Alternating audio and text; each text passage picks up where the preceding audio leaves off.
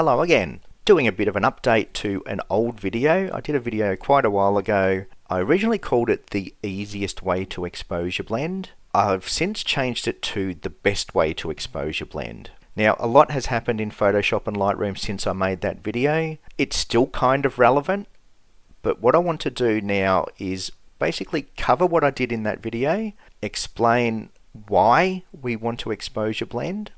I'm going to show you the easiest way to exposure blend, the most effective way to exposure blend, and towards the end of the video I'm going to show you something that will make exposure blending irrelevant. There's been updates in Photoshop and Lightroom which can now effectively make exposure blending irrelevant.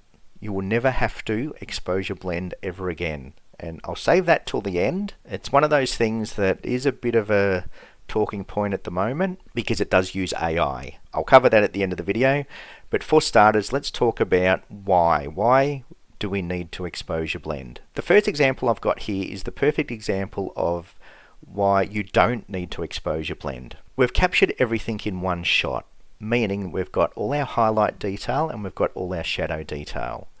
Okay, if we overexpose, we blow out our highlights. Okay, once we've blown out highlights, we've lost that detail.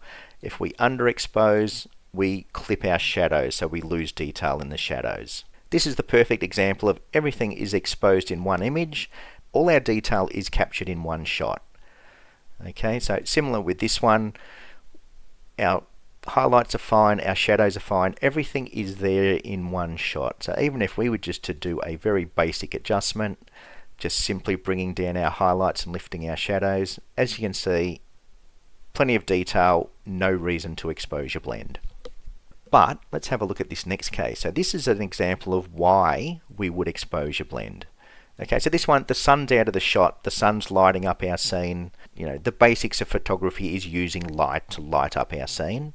But what if we want to shoot a sunrise or a sunset and capture detail in our foreground? Okay, so this is the base exposure, and as you can see, the camera's tried to calculate the scene and tried to capture as much shadow detail and highlight detail as possible, but it's one of those scenes that it is too hard for a camera to capture all in one shot. Okay, it's going to make compromises. Either the shadows are going to be too dark if we want to capture our sky, or our sky is going to be blown out if we're trying to capture shadow detail. So this is the perfect example of why we would exposure blend. If we're shooting a sunrise or a sunset, shooting into the sun with something in our foreground, backlighting, things like that, where you're going to have deep shadows and bright highlights. Okay, so that's where exposure blending comes in. Now, you can make a compromise. You can, like with this example, we've taken that we've got as much shadow detail as we possibly can, and we've only slightly blown our highlights. So as you can see, if we bring those highlights down, bring our whites down, bring our exposure down, okay, we've still got plenty of detail in the sky. We could just use that one image if we wanted to, but I'm going to show you exactly why that's not the optimal way of shooting. Okay, so first thing we're going to look at is our highlights. Okay, so what I've got here is this top image is our base exposure, and then the one underneath is the darker exposure. So let's just zoom in. So this is the area in particular that was blown out in our base exposure. And now if we have a look at our underexposed, look at the difference in the detail. Okay, so in particular this cloud. Okay, so there's our exposed for the highlights, and there's our overexposed. And as you can see, even the color in the sky is different. There's no texture in the cloud. We've lost all sorts of detail. So that is a reason we don't want to overexpose. Once you overexpose, you're losing detail. Okay, so our underexposed image, we've captured all that detail in the sky. And even if we have a look down here, this was also blown out in our original image. Okay, and it's just a white mess. Okay, that's all detail that's been lost, and that's what it should look like. Okay, so big difference. When it comes to blown highlights, big difference. So number one rule is don't blow your highlights. If you blow your highlights, take another exposure to get all that detail back. Now, if you're just uploading your image to social media, it's not going to make a difference. People aren't going to zoom in to see that sort of thing. But if you want to print your images and view them large, you're going to see that. I can guarantee you, if you print this any from A3 onwards, you will see the difference between those two images. Okay, in a print, this is just going to be a white mess. It's not going to lay down ink on your paper. It will stand out. Okay, so you're much better having some detail there than having no detail, especially with printing. And this is what this is all about, because as a photographer, we want to print our images. Okay, that's what a photo is. A photo is a printed image. Okay, if you're just uploading for Facebook and Instagram, you can probably just do one exposure. No one's going to notice the difference. Okay, so that's why we don't want to blow our highlights. Number one rule, don't blow your highlights. Get all that detail, otherwise you lose it. Okay, so part two of that, let's have a look at our shadow detail. So I'll close those two down and I'll open up our same two images, but this time we're going to look at shadow detail, and again why two exposures is better than one. Okay, so now let's have a quick look at shadow detail. So once again, I've brought both of my images into Photoshop. Okay, so this top exposure that we have here is our overexposed image, so completely blown out sky, but this is to capture shadow detail, okay, as opposed to our other image, which was the underexposed. Okay, so if we zoom in on our shadow detail, let's go to all these rocks in the foreground.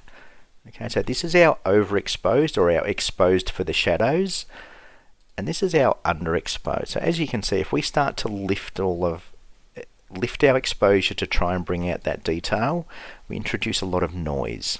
Okay, so hopefully you can see that there's quite a difference between the two. Okay, the underexposed image is very noisy when we're trying to lift all our shadow detail, where the exposed for our shadows is a lot cleaner. Okay, it's a lot cleaner image. So that's why we want to do exposure blending. We want to take the best parts of our image, so when we print them out nice and big, you're going to see that. And again, similar to what I said before, that if you're just uploading to Facebook and Instagram, you're probably not going to notice a difference. So work on a base exposure, lift your shadows, bring your highlights down. That is fine for social media. If you want to print your images, like I said, anything from A3 onwards, if you print that, you are going to see greens and purples and all sorts of things in your print. Okay, this is going to be a lot cleaner, nicer looking image. Okay, so now that I've explained why and when we need to exposure blend, now we're going to have a look at how to exposure blend. And I'm going to give you three examples. Example number one is going to be the easiest way to exposure blend. Example number two is going to be the best way to exposure blend. And example number three is going to be the future of exposure blending. Stay tuned for that one, because there is a game changer now in Photoshop. Okay, Photoshop and Lightroom have brought in essentially a game changer, which you will never need to exposure blend ever again. Okay, so that one I'm going to save to last, and I'm going to give you some examples again of why that one might be better than trying to blend two exposures.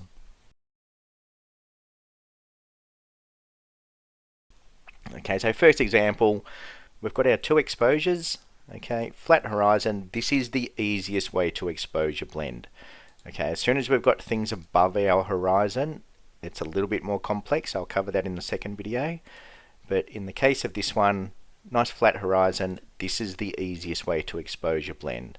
So if you're just starting out, I highly recommend, number one, shoot on a tripod so your images are aligned. You don't have to align them. Okay, number two, find somewhere with a nice flat horizon.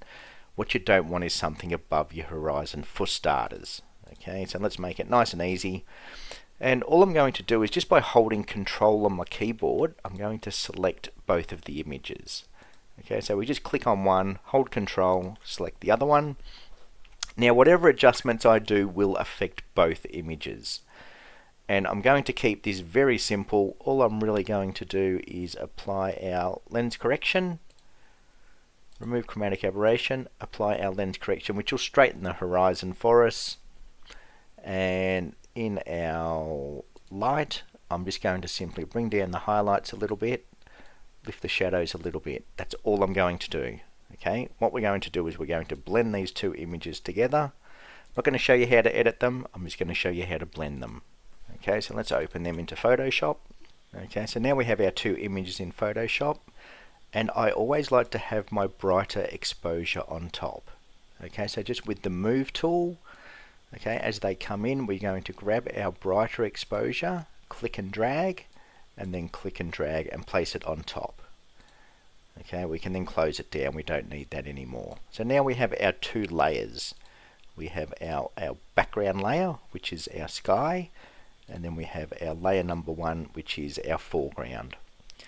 And the easiest and most effective way of, well, the easiest way is just to grab your eraser tool and rub out that brighter exposure. That's the easiest way. Not the most effective, but the easiest. Okay, when you've got a nice straight horizon, that's all you need to do. Now we've blended those two exposures together. Okay, but what we want to do is we want to do the easiest and most effective way.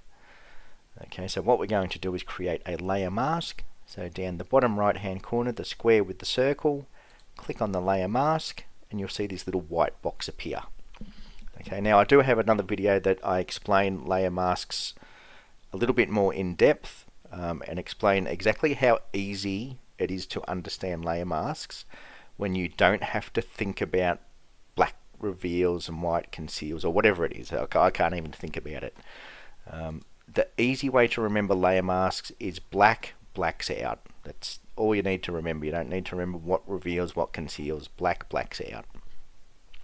Okay, so with that layer mask selected, what we want to do is we want to black out that sky to reveal what's underneath. Okay, so we're going to click on that layer mask. We're going to go to our brush tool. Make sure our brush is on black. Okay, we can just alternate between black and white with the arrow keys, or X on the keyboard will alternate between black and white. From there, all we're going to do, check that our opacity is at 100%, our flows at 100%, and smoothness at 0. Okay, we can use the square bracket keys to make our brush bigger or smaller. Bigger brush generally works better because you'll get a smoother transition. Okay, so with the black brush, we're just going to black out the bits that we don't want. So we're just painting over that sky to reveal what's underneath. Okay, so we've blacked out the brighter exposure and we're showing what's underneath. Okay, so that's the easiest and most effective way of exposure blending. Okay, straight horizon, simple, you've blended two exposures together. Okay, the other way to do this is on that layer mask, we have what's called the gradient filter or the gradient tool. So again, with that mask selected, if we go over to the gradient tool, which is this tool right here, click on that. By default, it should be on black and white. And then all we need to do is, again, you click and drag, and what it'll do, it blacks out the top half of the image, and it makes a nice smooth gradient. Alright, so that's the easiest and most effective way of exposure blending. Either just the brush tool or that gradient filter. Gradient filter does give a nice smooth transition. And then finally, if we just go to image and flatten image, okay, then after that we want to save it. So what we're going to do is we're going to choose save as, and we're going to save it as a TIFF file. A TIFF file is going to retain as much information as we can possibly keep. TIFF file is the next best thing to a raw file. If you want to keep this as best quality as you possibly can, save it as a TIFF. And that's generally what I do. Once I've done my blend, I'll save it as a TIFF file, and now I can start editing the image. So all I've done is blend the two together. Now I can actually start my edit. So if I want to start editing that image, now that I've blended it, I'll just go and grab that TIFF file, and now I can start to edit. Okay, I've created a blended single raw file essentially. That's it for that one. On to the next one.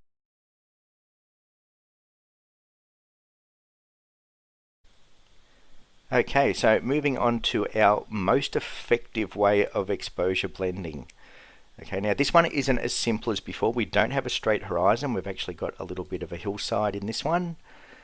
So we can't just erase the top, because then what's going to happen is we're going to have this darker sky and hillside, and it's going to cut through. So I'll show a bit of an example. All right, now this one's the classic case of literally exposure blending. So what I've done is I've done two different exposures.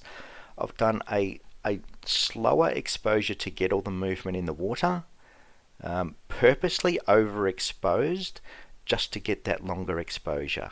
Okay, so this one is a planned shot where I've deliberately overexposed to make our shutter speed a little bit slower, and this one I have deliberately exposed for the highlights with the plan of blending them together. As I mentioned earlier with the gradient filter, if I was to use a gradient filter, what I'm going to have is this image here is going to have this black line straight through the hillside. So I'm going to have none of this detail.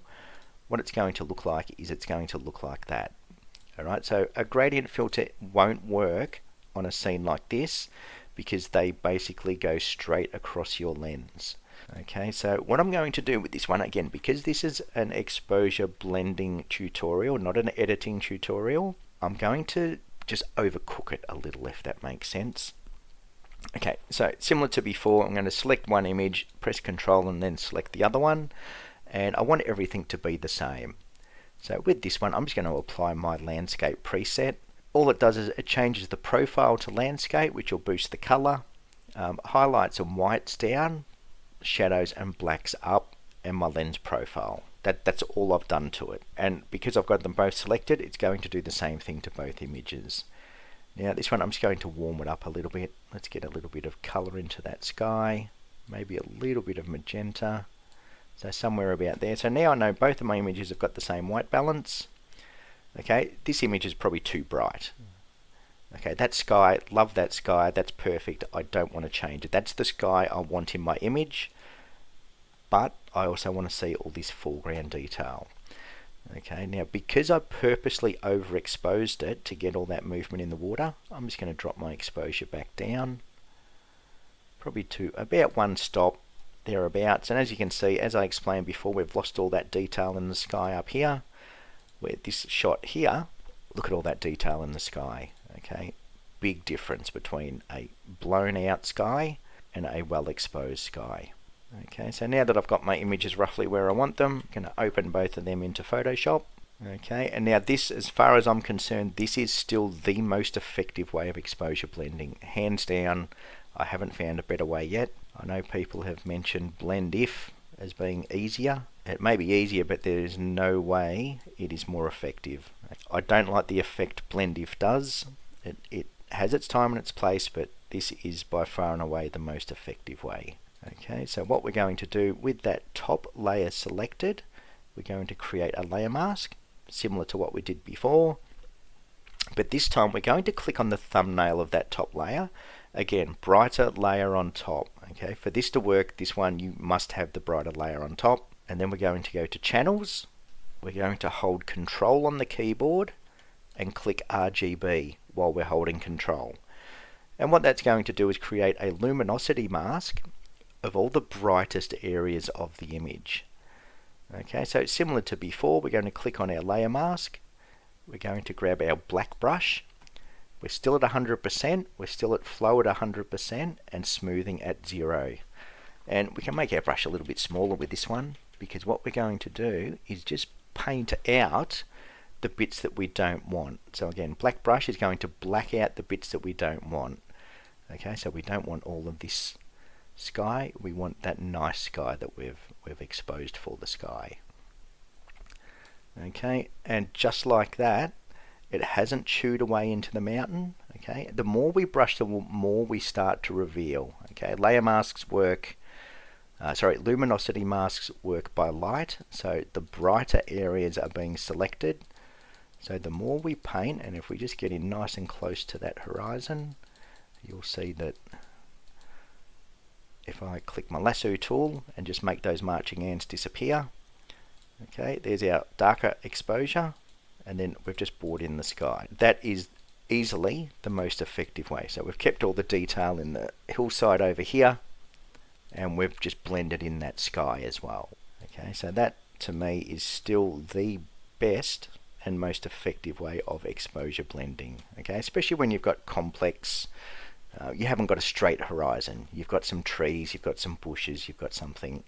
And again, that's just the basics. Okay, you can spend longer. So for example, let's just quickly show you. I think I did this in the previous video as well. Okay, so if we want to get that blend a little bit nicer, especially around the hillside, we want our brighter exposure on top, remember. So all we're going to do is grab our brighter exposure and press Ctrl J, and that will make a copy.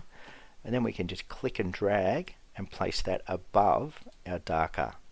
And then we do the exact same process again. We select the layer mask, select the thumbnail, go to channels, hold Control, select RGB, and again, now the brighter areas aren't so bright, but it will still work. Okay, so if we click on that layer mask, grab our black brush, and now if we just zoom into the area we want to deal with, make our brush a bit smaller, and just paint along that edge, okay, we can make it look a lot smoother. Okay, so again, it's still only selecting the brighter areas of the image. Okay, so all we're doing is touching up along that little area. Get rid of those. So let's have a look. There's the before and there's the after. Okay, so we've just gotten rid of that haloing around the edge of the mountain. Okay, so very powerful tool, and still by far and away the easiest and most effective way of exposure blending.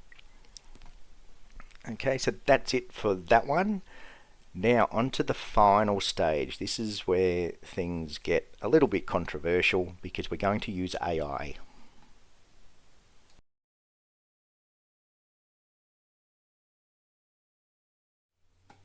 Okay, and on to our last example.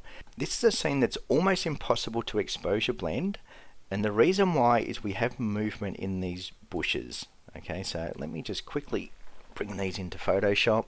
Okay, so now that I've brought these images into Photoshop, this is our brighter exposure. You can see the sky is completely blown out, and there's our sky exposure. Now, the problem with this is that we have lots of movement in the leaves. Okay, so if we were to try and exposure blend this type of image where we've got lots of movement, it's not going to look great. Effectively, what you're going to be ending up with is something similar to this, where you're going to have ghosting. Okay, because what it's going to try and do is the darker parts and the brighter parts, they cross over. Okay, so you're not going to be able to separate the darker and the brighter simply because they cross over. All right, so this is one of those cases where this is a very, very tricky blend. But now with the updates in Photoshop and Lightroom, so as I showed you before, if we try to lift the exposure of this image, lift our shadows, lift our blacks, we won't worry too much about our highlights, we create a very noisy image. Okay, but what we can do now is down under the Detail tab, there's this denoise button. Okay, and what it does, it reduces noise with AI. Now, I find the best way to do this at around about 50% seems to be the best. Okay, so once you click on that denoise button, you'll be presented with this screen.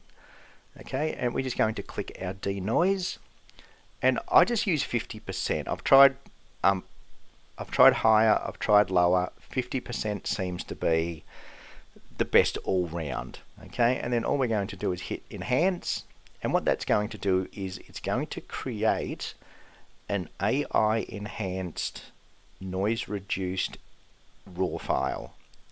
Okay, so now it's created this enhanced NR noise reduced DNG file, which is essentially another raw file. Okay, so we can still do all of our adjustments. We've got our white balance, we've got all our sliders, but now this is the AI enhanced version. What I'm going to do is I'm going to select both of these.